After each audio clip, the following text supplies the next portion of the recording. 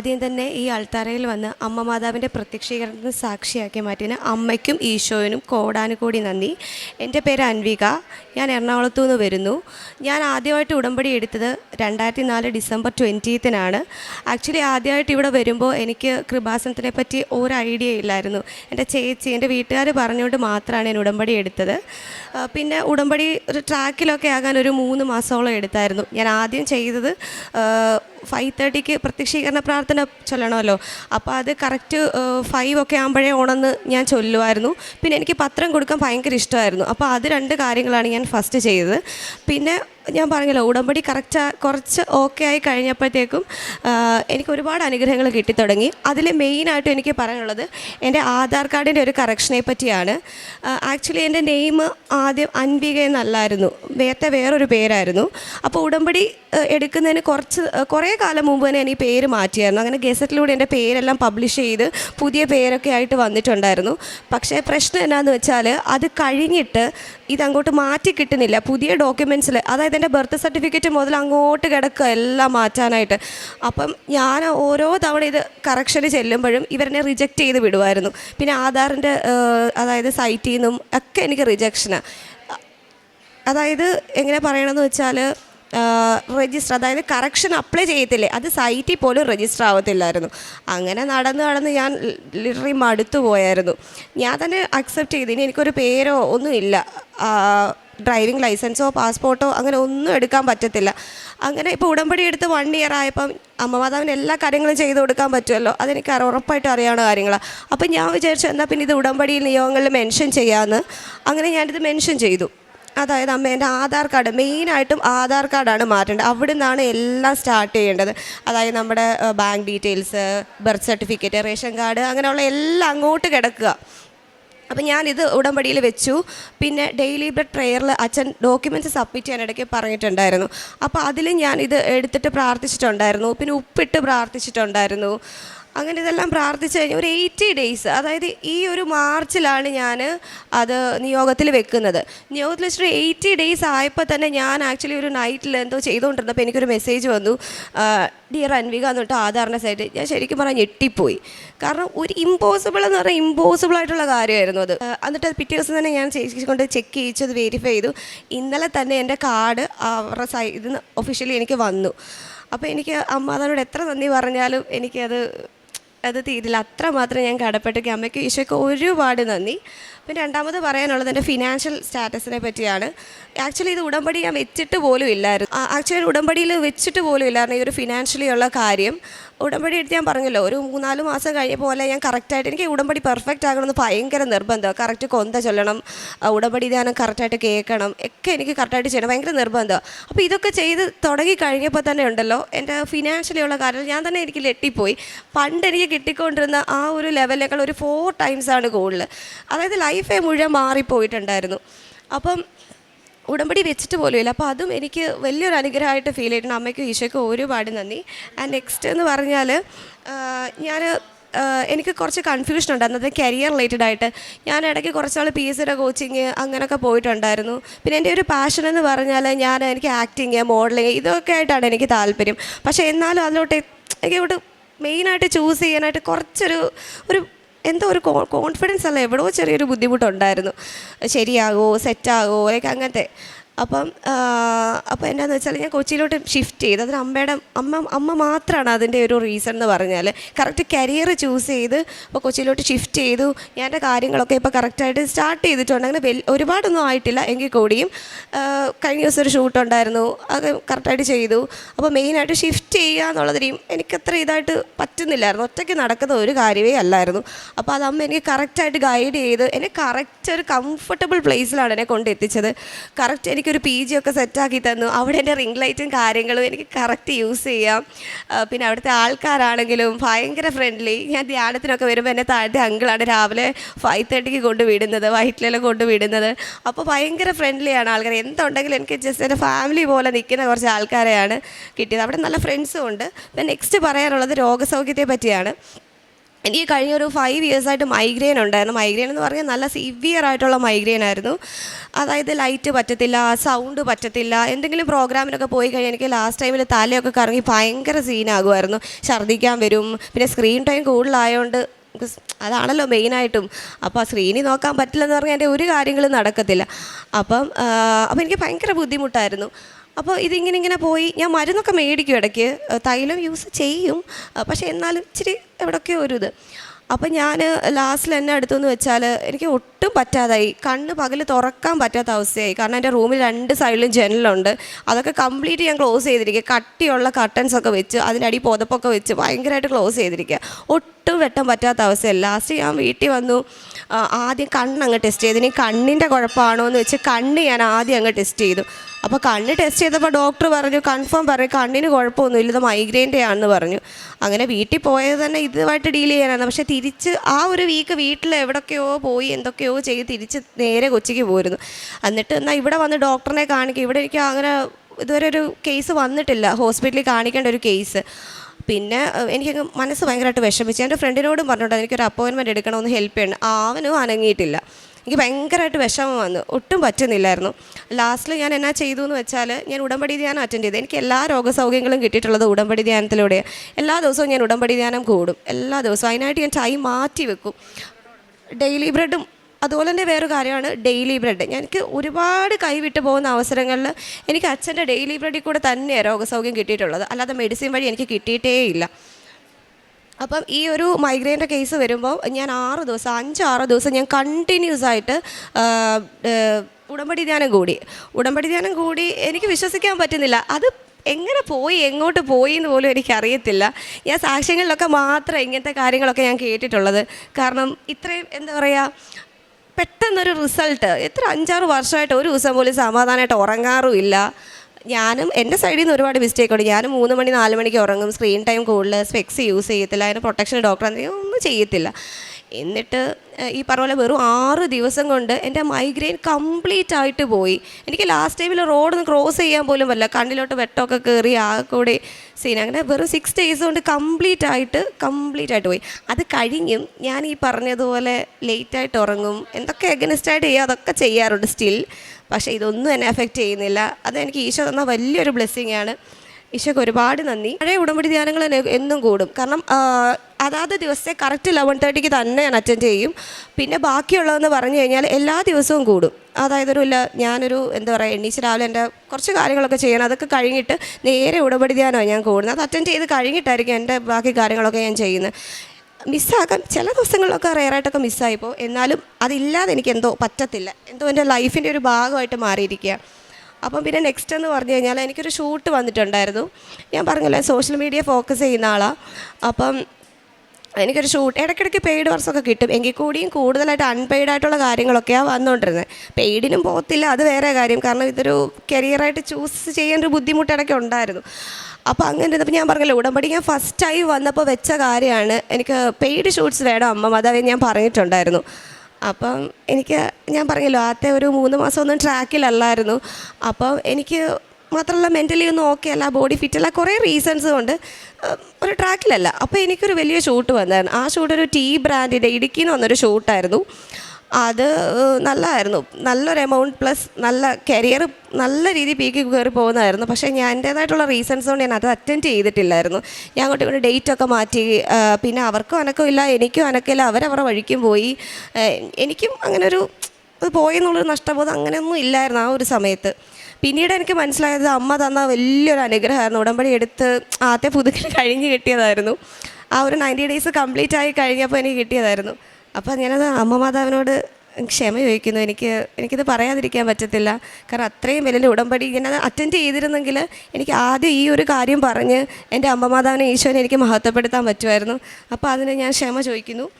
Next എന്ന് പറഞ്ഞാൽ എനിക്കൊരു ബിസിനസ് സ്റ്റാർട്ട് ചെയ്യണമെന്ന് ആഗ്രഹം ഉണ്ടായിരുന്നു, ഒരു ക്ലോത്തിങ് ബ്രാൻഡ് സ്റ്റാർട്ട് ചെയ്യണമെന്ന്. അപ്പോൾ അത് കുറച്ച് റീസെൻ്റായിട്ട് മനസ്സിൽ കയറി പറ്റിയതായിരുന്നു.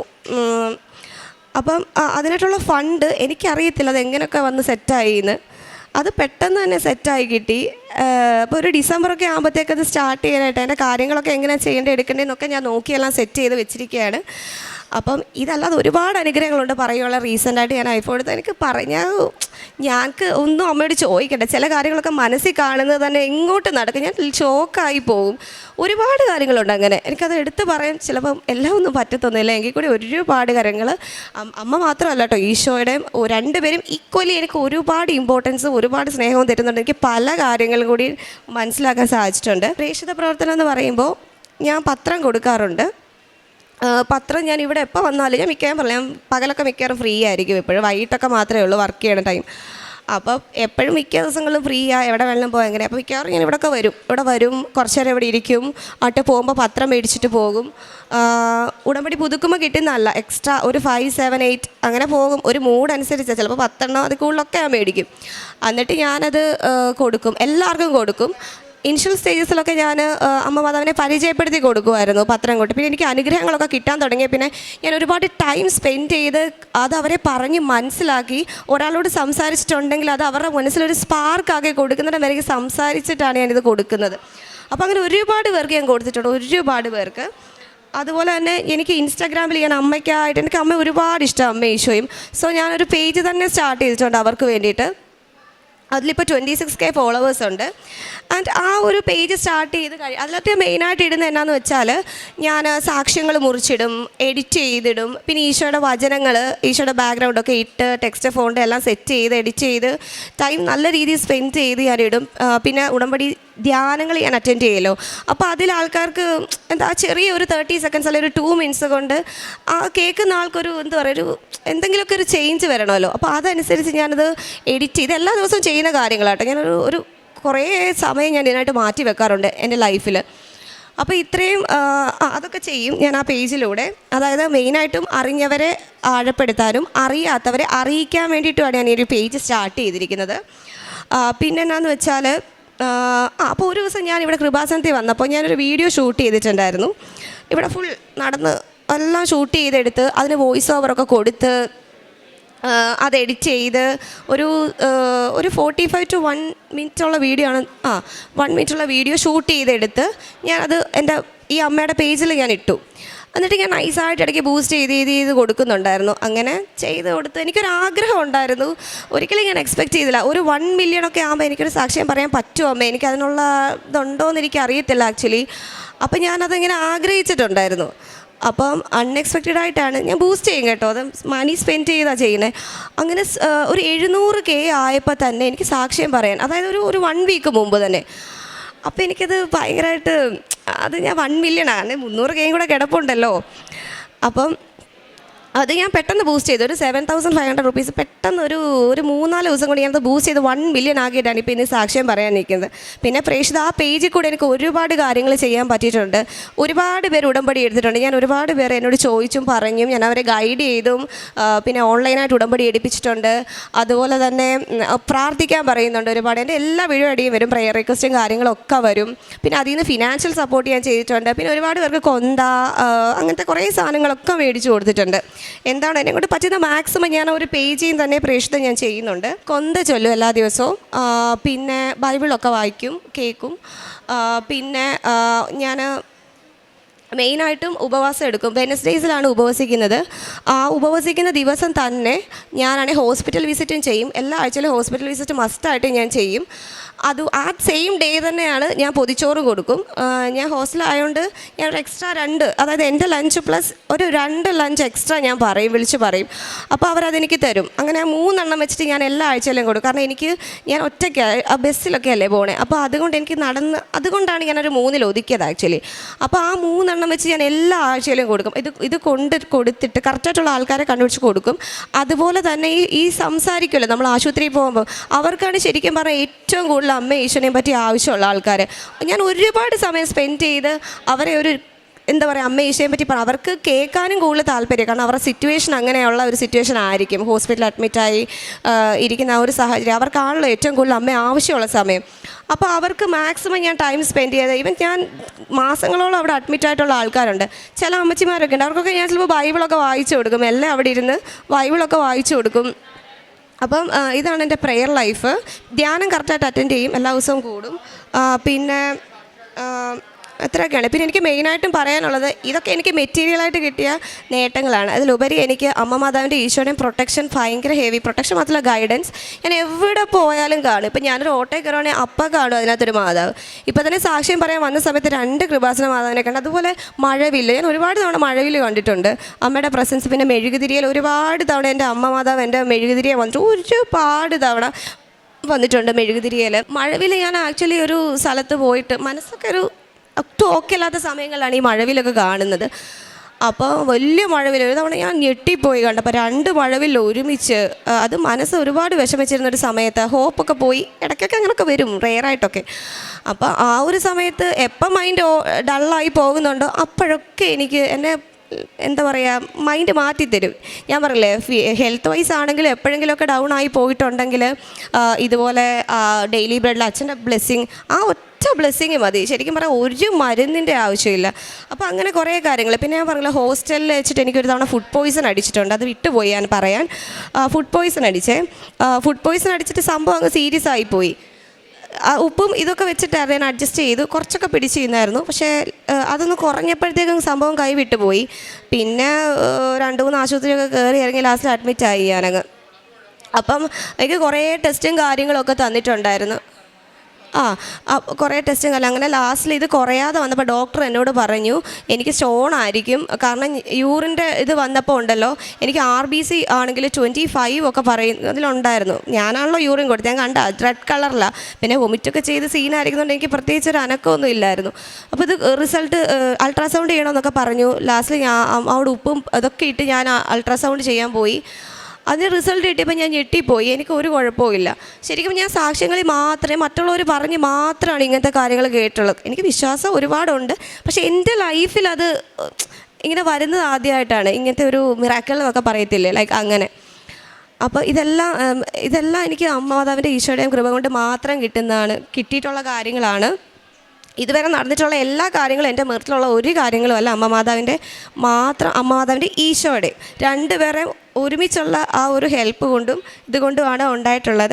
പിന്നെ ഞാൻ ആഗ്രഹിച്ചിട്ടുണ്ടായിരുന്നു കാശ് രൂപം മിക്കവാറും എൻ്റെ കയ്യിൽ കാണും, എപ്പോഴും ഞാൻ കൂടെ കൊണ്ട് നടക്കും കാശ് രൂപം. അപ്പം ഞാൻ ആഗ്രഹിച്ചിട്ടുണ്ട് അമ്മേ ഇത് ഇങ്ങനെ കൊണ്ടു തന്നതിൻ്റെ കളറൊക്കെ ഇച്ചിരി ഡള്ളാകുന്നുണ്ട്, ഒരു കാശ് രൂപം കൂടെ ഉണ്ടായിരുന്നെങ്കിൽ ഞാൻ മനസ്സുകൊണ്ട് ആഗ്രഹിച്ചിട്ടേ ഉള്ളൂ.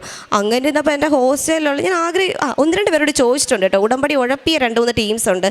എത്ര പറഞ്ഞാലും കേൾക്കത്തില്ല. അവർക്ക് വേണ്ട ആ ഒരു ഇതുള്ള 2-3 പേരോട് ഞാൻ ചോദിച്ചിട്ടുണ്ട്. കാരണം പുതിയത് വന്ന് എടുക്കാം, ഞാൻ കൊണ്ടുവന്ന് എടുപ്പിച്ചോളാം, കുഴപ്പമൊന്നുമില്ല. പക്ഷേ പഴയ കാശ് രൂപ ഇങ്ങനെ തരാമോ എന്ന് ചോദിച്ചിട്ടുണ്ട്.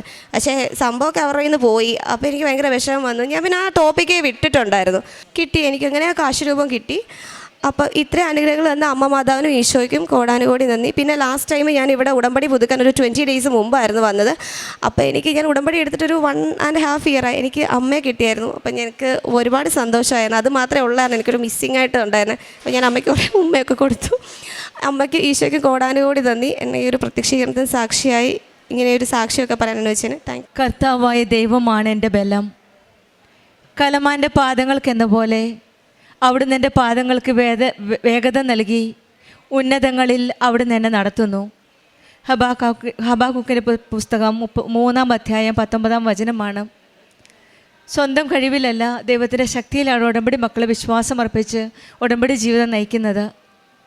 കലമാൻ്റെ പാദങ്ങൾക്കെന്നതുപോലെ ഉടമ്പടി മക്കളുടെ ജീവിതത്തിൽ ബുദ്ധിമുട്ടുകളിലും പ്രശ്നങ്ങളിലും പ്രതിസന്ധികളിലുമൊക്കെ തരണം ചെയ്ത് മുന്നോട്ട് പോകാനുള്ള ഒരു ശക്തിയും സംരക്ഷണവുമാണ് പരിശുദ്ധ അമ്മ കൃപാസനം അമ്മയുടെ മധ്യസ്ഥതയിലൂടെ ലഭിക്കുന്നത്. അങ്ങനെയുള്ള ഒരു വലിയ സാക്ഷ്യമാണ് അൻവിക എന്ന മകൾ നമ്മളോട് ഷെയർ ചെയ്തത്. ഈ മകൾ ആദ്യമായി കൃപാസനത്തിൽ വരികയും ഉടമ്പടി എടുക്കുകയും അതിനുശേഷം ഉടമ്പടിയിൽ തന്നെ കണ്ടിന്യൂ ചെയ്യുന്ന ഒരു മകളാണ്. വളരെ നിർബന്ധപൂർവം നിബന്ധനകൾ പാലിച്ച് ഉടമ്പടിയിൽ എല്ലാ കാര്യങ്ങളും ചെയ്ത് മുന്നോട്ട് നയിക്കുന്ന ഒരു അക്രൈസ്തവ മകളാണ്. ഈ മകൾ ആദ്യം പറയുന്നത് ആധാർ കാർഡിലുണ്ടായിരുന്ന മിസ്റ്റേക്ക് കറക്റ്റ് ചെയ്യാനായിട്ട് കുറേ സമയം വേണ്ടി വന്നു.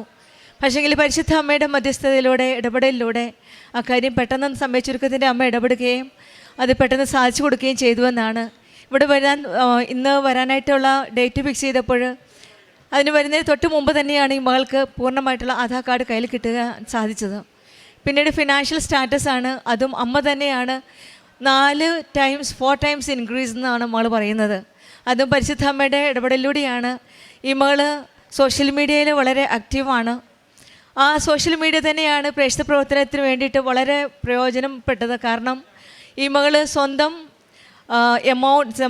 പോക്കറ്റിൽ നിന്ന് തന്നെയാണ് വളരെ ഗുഡ് എമൗണ്ട് സ്പെൻഡ് ചെയ്താണ് ഒത്തിരി ഒത്തിരി റീൽസ് ഉണ്ടാക്കുകയും യൂട്യൂബിൽ കൂടി ഇൻസ്റ്റാഗ്രാമിൽ കൂടെ പരിശുദ്ധ അമ്മയെപ്പറ്റി, കൃപാസനം അമ്മയെപ്പറ്റി കൂടുതൽ മറ്റുള്ളവർക്ക് വേണ്ടി അറിയാത്തവരെ അറിയിക്കാനും അറിഞ്ഞവരെ ആഴപ്പെടുത്തുവാനും ഈ മകൾ ഒത്തിരി ശ്രമിച്ചിട്ടുണ്ട്. ഇതിലെല്ലാം നമുക്ക് കാണുവാൻ സാധിക്കുന്നത് ഈശോയുടെയും അമ്മയുടെയും ഒരു വലിയ സാന്നിധ്യമാണ്.